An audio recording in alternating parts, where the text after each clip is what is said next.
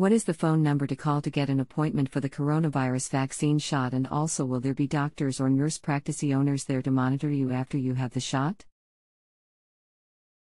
I'll do all I can to help. Can you tell me more about what's going on? I think my question is self-explanatory. Is there anything else the expert should be aware of? Yes. I would like to know if any of the medications that have been prescribed to me for my high blood pressure or my thyroid, or any of the drugs that I am allergic to, which are penicillan, losartan, nifedrine, macrobid, clindamyacin or trazadone, are used to make up the vaccine that you will be administering to me? For that reason, should I be concerned as to which company's vaccine I should get? I am concerned, because I am 81 years old and I have read that many people have died after receiving the Pfizer vaccine. What's your zip code, please? Thanks.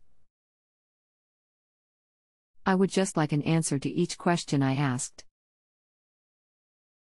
I will opt out for another expert to help you. Thanks. Greetings, this is Dr. G. I'm board certified with 17 years experience.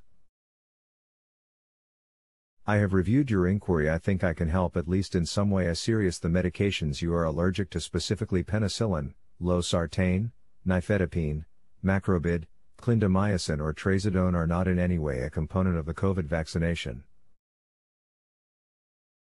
There should be no concern there. If this is your allergic medication profile, then you should not have any problems with the COVID-19 vaccination series.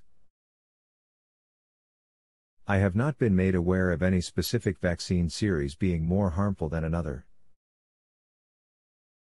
I have read about, or at least heard about, certain deaths that have occurred from both the Pfizer vaccine as well as the other two. I don't think it's anything specific to the Pfizer vaccine in particular.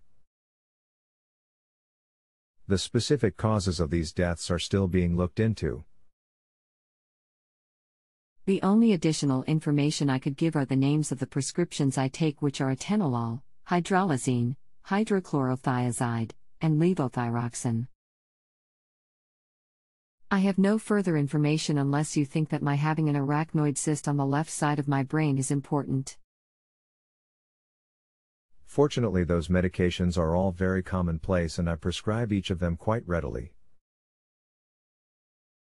There should not be any interaction between the atenolol, hydralazine, HCTZ or the levothyroxine with the COVID-19 vaccination. Arachnoid cyst is also quite commonplace and I have many patients with such cysts. They have had no difficulty with receiving the COVID-19 vaccination. Quite honestly, I think the benefits do greatly outweigh any potential risks. I have heard that 29 people died in Norway after receiving the Pfizer vaccine, and in another country over there, I think it was that 14 people got facial paralysis after the Pfizer vaccine, and I've heard of a few others here in the United States.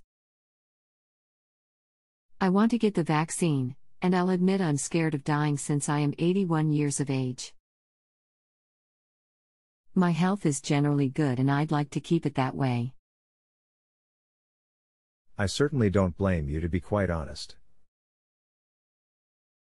I was actually unaware of that many people dying, particularly in Norway. I definitely think it's something where the risks have to be weighed. Since you don't have any pulmonary disease that you had mentioned, that does make it a bit more complicated. Certainly if you had COPD, I would say you would absolutely need to get the vaccine. I looked at it this way: if you were my family member, what would I advise you to do? I think, to be honest, I would still recommend getting the vaccination series because so very many people are dying from the pandemic. But I do understand the apprehension completely. If you have a health question and want to chat with a doctor now, visit justanswer.com/ythealth.